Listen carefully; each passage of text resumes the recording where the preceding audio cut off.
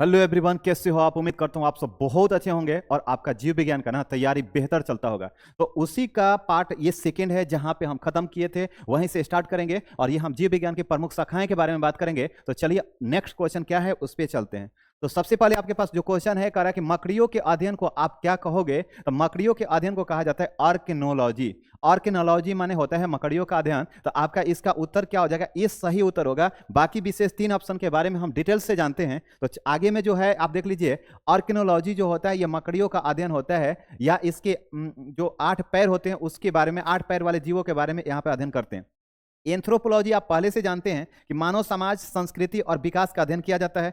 Apiology जो होता है मेरे भाई, ये होता है मधुमक्खियों या बीज का मतलब यहाँ पे अध्ययन किया जाता है एपियोलॉजी में। अच्छा, साइनोलॉजी की बात जो करोगे, ये चीन और उसकी संस्कृति का अध्ययन कराता है। इस साइनोलॉजी में ये चीजें होता है। तो जो हमारे पास चारों ऑप्शन था उसका हम डिटेल से एक्सप्लेनेशन करते जाएंगे और आप मतलब आराम से इसको देखिएगा। इसका कोई ट्रिक नहीं है, कोई ट्रिक से आप इसको याद नहीं कर सकते कि मैं आपको एक ट्रिक बता दूं, कोई कंसेप्ट है इसमें, ठीक है। ये आपको याद करना होगा, ठीक है। करा कि जो सेरोलॉजी जो होता है, सौरोलॉजी, वो किसके अध्ययन को कहते हैं। तो यहाँ पे सेरोलॉजी का मतलब होता है, यहाँ पे अध्ययन होगा छिपकली का। तो जो होगा सेरोलॉजी में किसका अध्ययन करेंगे, तो आप कहिएगा छिपकली का अध्ययन किया जाएगा सेरोलॉजी में। मच्छर का कहाँ पे अध्ययन करेंगे, तिलचट्टा का कहाँ पे करेंगे, और सांप का कहाँ पे करेंगे, तो इसका एक्सप्लेनेशन देखिए यहाँ पे है। तो मच्छर जो मॉस्किटो होता है उसका अध्ययन जो होता है वो कुलिसिडोलॉजी में होता है, यानी कि कुलिसिडोलॉजी के अंतर्गत हम मच्छर का अध्ययन करते हैं। क्या किसमें कहिएगा, कुलिसिडोलॉजी। कुलिसिडोलॉजी में मच्छर का अध्ययन करेंगे। और छिपकली का जो लिजार्ड होता है, वो छिपकली का जो अध्ययन होगा वो सेरोलॉजी होगा। सेरोलॉजी में छिपकली का अध्ययन करेंगे। तिलचट्टा जो होता है, कॉकरोच जो होता है, वो कॉकरोच का अध्ययन किसमें कहेंगे, ब्लैटोडोलॉजी में कॉकरोच का अध्ययन किया जाता है। ये आपको ना इसको रोक के इत्मीनान से आप पढ़िएगा, इसको याद करना होगा। ये चारों ऑप्शन का मैं एक्सप्लेनेशन करता हूं। इसके चारे ऑप्शन को बनाने में बहुत टाइम लगता है, ये मैं आपके लिए मेहनत कर रहा हूं। तो ये चीज को आपको लर्न करना है, याद करना है। स्नेक के अध्ययन को क्या कहेंगे, तो ओफियोलॉजी माने होता है सांप का अध्ययन। ओफियोलॉजी में क्या करेंगे, सांप के अध्ययन करेंगे हम, सांप के बारे में अध्ययन होगा ओफियोलॉजी में। तो ओफियोलॉजी से क्या याद रखिएगा, सांप का अध्ययन। सांप का अध्ययन किस में होता है, तो ओफियोलॉजी में। एक बार फिर से बता रहे हैं मैं, मच्छर का किस में होता है, तो कुलिसिडोलॉजी में। आपको मैं बता दूं कि छिपकली का कहां पे होगा, तो कहोगे सेरोलॉजी में। आपको मैं कह दूं कि तिलचट्टा का कहां पे होगा, तो ब्लैटोडोलॉजी में। तो आप ये सारा चीजें आपको दीजिएगा। ये चारों ऑप्शन आपको बेहतरीन ढंग से याद करना होगा, ठीक है। आगे देख लीजिए, अगला जो क्वेश्चन है आपको, लिखित दस्तावेज जो एक मानव विज्ञानी संस्कृति का चित्रण दर्शाता है, अनुसंधान से तैयार करता है, तो उसको क्या कहेंगे हम। कहां पे आपको कहोगे, तो कहोगे एथनोग्राफी के अंतर्गत ये चीजें होता है। कहां पे, एथनोग्राफी। इसका सही उत्तर होगा एथनोग्राफी, ठीक है। एथनोग्राफी में करेंगे। तो अब आप कहिएगा कि सर जो 3 गो ऑप्शन है जो हमेशा आप बताते हैं उसके बारे में आप देखिए यहाँ पे है, उसके बारे में मैं यहाँ पे बता देता हूँ कि आपको देख रहा हो एथनोग्राफी में करा किसी भी संस्कृति का प्रत्यक्ष अध्ययन या उसका लिखित वर्णन मिलता है। कहाँ पे, तो एथनोग्राफी में उसका वर्णन मिलता है।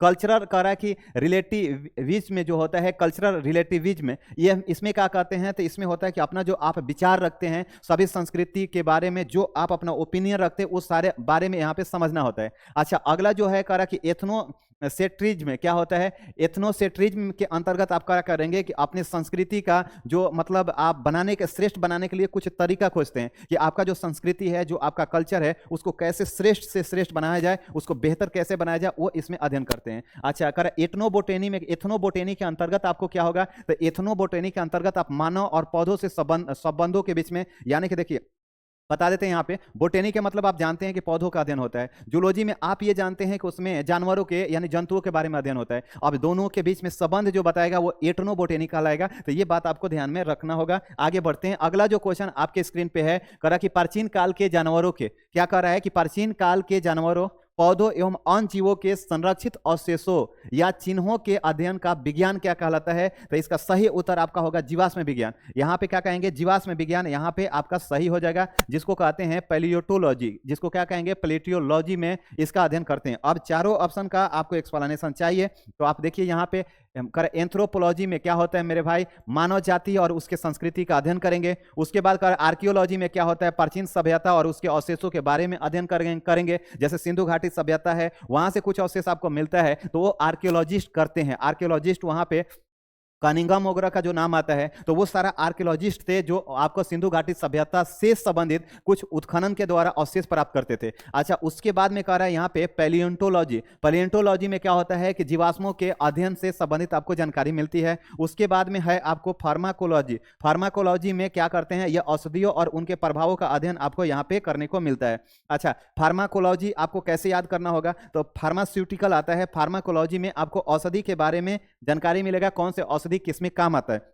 अच्छा, एक मेरा क्वेश्चन छोटा सा आपसे है, आप बताइए कि मलेरिया के उपचार में कौन सा वृक्ष का छाल यूज होता है, ये आप कमेंट में डाल दीजिएगा। ठीक है, आगे बता देते हैं। अगला जो क्वेश्चन है, कह जीवाश्मों के अध्ययन को क्या कहा जाता है, तो जीवाश्मों के जो अध्ययन होता है भैया वो जीवाश्म विज्ञान कहेंगे उसको। जीवाश्मों के अध्ययन को क्या आप कहेंगे, जीवाश्म विज्ञान कहेंगे। आइए जानते हैं पूरा जैविकी किसको कहेंगे, वर्गीकरण किसको कहेंगे, और पुनः पूरा वनस्पति शास्त्र किसको कहेंगे। तो यहाँ पे देखिए पूरा जैविकी का मतलब ये प्राचीन जीवों के जीव विज्ञान संबंधी विशेषताओं का अध्ययन मिलता है। जीवाश्म विज्ञान किसको कहेंगे, पृथ्वी पर पूर्व में रहने वाले जीवों के जीवाश्मों का अध्ययन कहता है। जीवाश्म विज्ञान में एक होता क्या है, देखिए जैसे जीव जंतु जो है, कोई ऐसा आकस्मिक घटना हुआ, भूकंप आ गया, बाढ़ आ गया, वहां पे जो अवशेष दब जाता है, उसके अवशेष से जो हमको मिलता है उसको कहेंगे कि हम वो जीवाश्म है। ठीक है, अब कर रहे हैं यहाँ पे वर्गीकरण, टैक्सोनॉमी। वर्गीकरण में क्या होता है, जीवों के वैज्ञानिक वर्गीकरण कहते हैं। यहाँ पे बायोलॉजी में आगे हम बताएंगे जब टैक्सोनॉमी आपको पढ़ाएंगे कि वर्गीकरण कैसे होता है, 3 जगत में कैसे हुआ,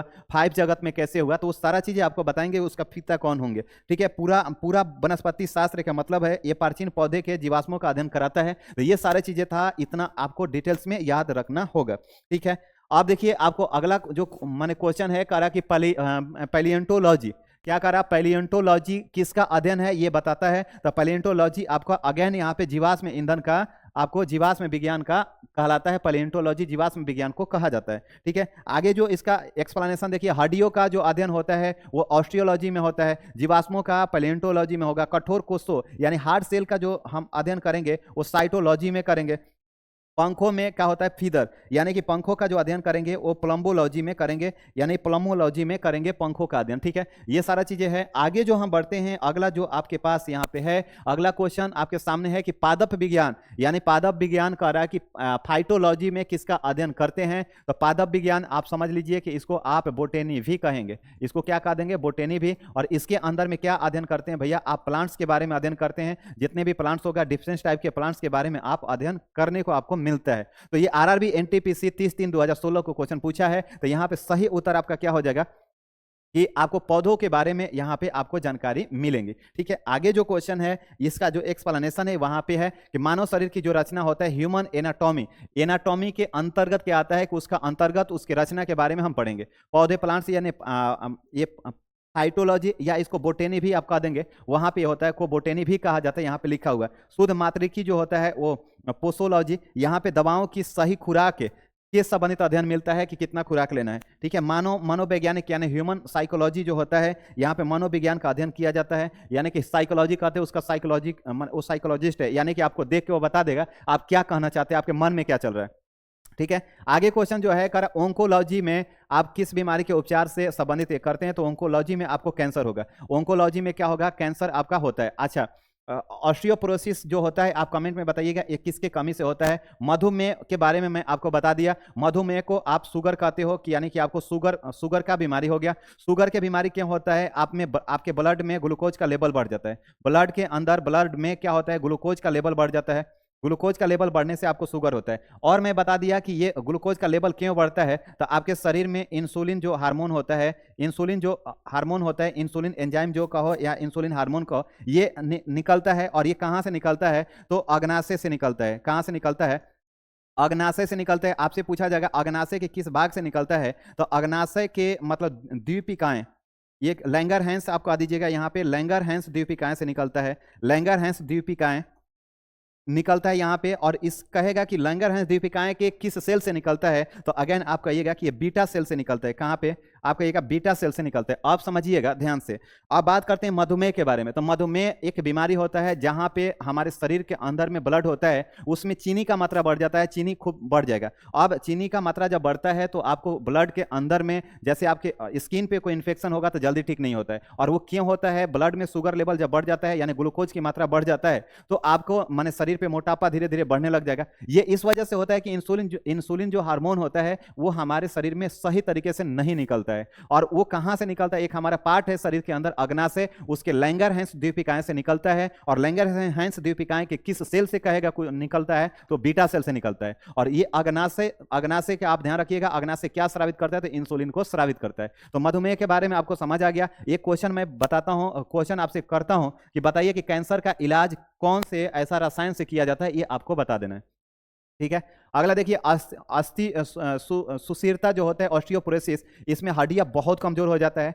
और मधुमेह में क्या होता है? शर्करा के स्तर नियंत्रित करने से होता है। कैंसर आपको ऑन्कोलॉजी, कैंसर के अध्ययन और उपचार संबंधी ऑन्कोलॉजी कहेंगे। और ब्रिक संबंधी जो विफलता होगा, किडनी जो फेलर होगा, उसको आप क्या कहिएगा? नेफ्रोलॉजी के बारे में वहां पे अध्ययन होता है। तो ये आपको ध्यान रखना होगा। ठीक है। आगे जो क्वेश्चन है आपके पास, ये क्वेश्चन है करा कि कवक विज्ञान क्या होता है। अच्छा, कवक जो होता है मेरे भैया, ये कुकुरमुत्ता जो आप कहते हो, इसका अध्ययन होता है। कवक या कुकुरमुत्ता जो बोलते हो, तो इसका मतलब ये हो गया। अब यहाँ पे मैं थोड़ा सा आपको समझाऊं, इसको तो आप कवक बोल दीजिएगा। अच्छा, ये कवक कैसा होता है, इसका रूप रंग कैसा होता है? आप अचार घर में देखे हो, मम्मी सब बहुत अचार बनाती होगी, आपको खाने के लिए देती होगी।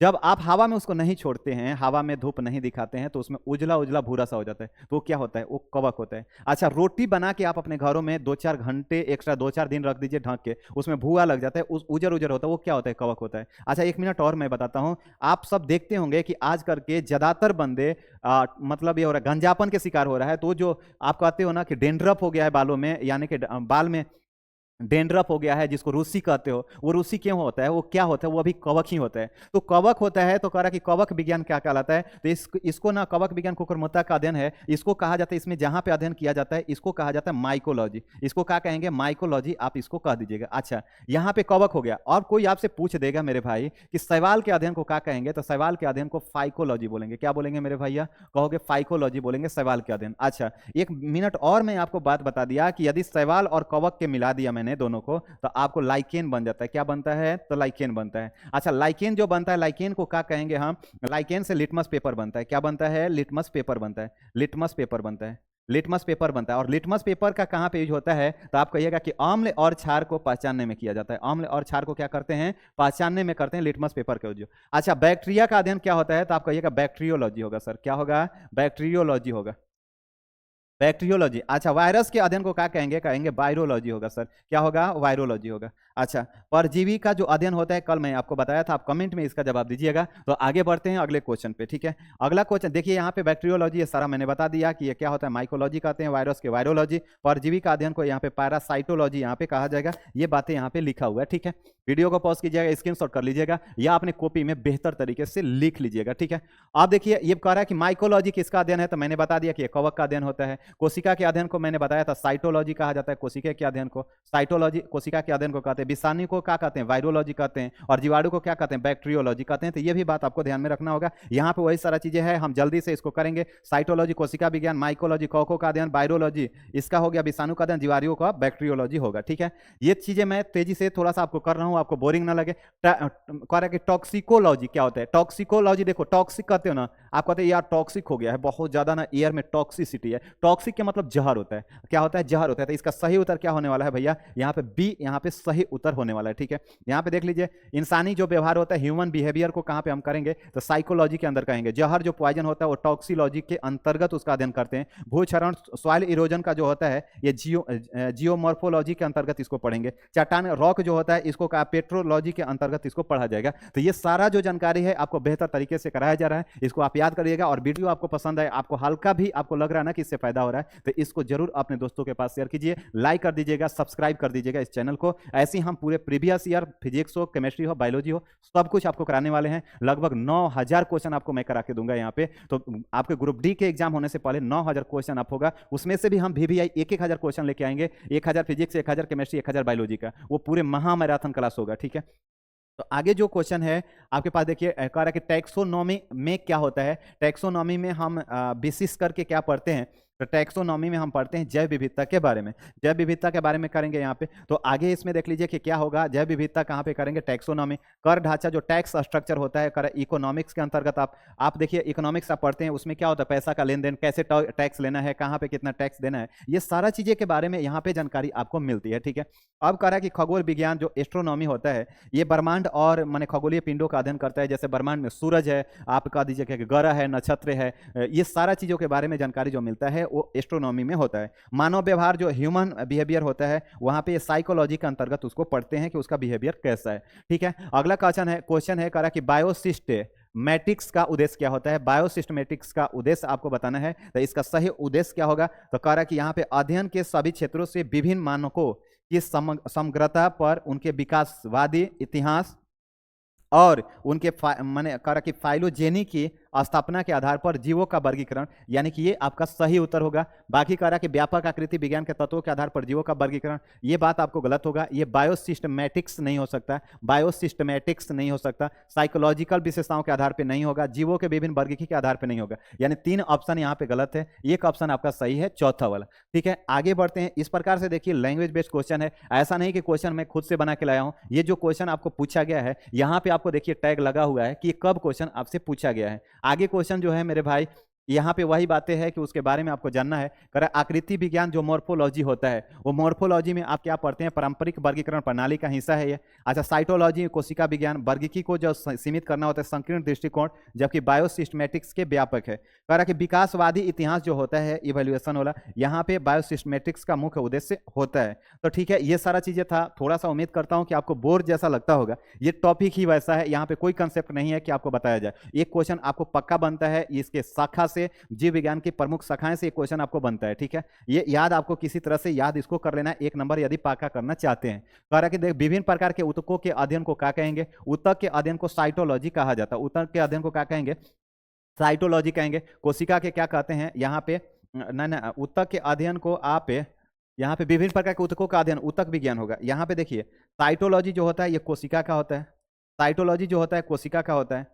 और सेल फिजियोलॉजी में आगे मैं कराता हूं, तो ऊतक विज्ञान होता है, ऊतक विज्ञान। ठीक है, देखिए कोशिका विज्ञान, सेल बायोलॉजी को आप माने यहाँ पे कोशिकाओं के अध्ययन करेंगे। सेल फिजियोलॉजी में क्या करेंगे, उसके फंक्शन के बारे में, कोशिका के कार्य और तथा फंक्शन के बारे में पढ़ेंगे। साइटोलॉजी जो होता है, यहाँ पे कोशिकाओं के संरचना कार्यों का अध्ययन किया जाता है। और ऊतक के अध्ययन को हिस्टोलॉजी कहा जाता है। मोस्ट इंपॉर्टेंट है, ऊतक के अध्ययन को क्या कहेंगे, तो हिस्टोलॉजी कहेंगे, ये आप ध्यान में रखिएगा। हिस्टोलॉजी आपको ऊतक के अध्ययन को कहा जाता है। अगला जो क्वेश्चन आपके स्क्रीन पे है, कह रहा कि विभिन्न प्रकार के ऊतकों के अध्ययन को क्या कहेंगे, तो यहां पे कहिएगा ऊतक के अध्ययन को। तो वही बात है, ऊतक विज्ञान। सेम क्वेश्चन रिपीट हो चुका है, आगे क्वेश्चन कर लेते हैं। ये रिपीट हो चुका है, तो आगे कह रहा कि जानवरों के उनके पर्यावरण के साथ संबंध के अध्ययन को क्या कहा जाता है, तो पर्यावरण को, संबंध के अध्ययन को आप यहाँ पे इकोलॉजी कहेंगे। इकोलॉजी ये पर्यावरण से संबंध के बारे में है। कह रहा कि इथोलॉजी में क्या होता है, जानवरों के व्यवहार के बारे में अध्ययन करेंगे। एंटोमोलॉजी में क्या होगा, इंसेक्ट के बारे में अध्ययन करेंगे। और क्लाइमेटोलॉजी में क्या होता है, क्लाइमेटोलॉजी में जलवायु के बारे में आप अध्ययन करते हैं। इकोलॉजी में क्या करेंगे, जीव तथा उससे पर्यावरण के बीच में संबंध के बारे में अध्ययन करेंगे। मैं आपसे एक क्वेश्चन पूछा था, वह क्वेश्चन था कि यदि हम कीड़े के मारने वाला दावा रखते हैं तो उस पर क्या लिखा होता है, तो उसका सही उत्तर होगा इंसेक्टिसाइड लिखा रहता है। क्या लिखा रहता है, इंसेक्टिसाइड रहता है। ये साइड का मतलब होता है किल करना, साइड का मतलब होता है किल करना, इंसेक्ट माने होता है कीड़ा। तो साइड का मतलब, जैसे आप सुसाइड करते हैं तो यहाँ पे आप लिखते हैं ना सुसाइड, तो यहाँ पे साइड का मतलब होता है किल करना, और सुई का मतलब होता है सेल्फ, यानी कि अपने आप को किल करना, तो आप कहते हो सुसाइड होता है। उसी प्रकार से इंसेक्टिसाइड होता है। आज के एक और क्वेश्चन आप कमेंट बॉक्स में डालिएगा कि घास के मारने वाले दावा पे क्या लिखा रहता है, घास के मारने वाली दावा पे क्या लिखा रहता है। तो यहाँ पे ये 39 क्वेश्चन था इससे। तो thanks for watching this video, God bless you all. और शेयर कर दे अपने बच्चों में, अपने भाइयों को पहुंचा दे, और अपने इस भाई को ना थोड़ा सा सपोर्ट कर दें। तो thanks for watching this video, God bless you all.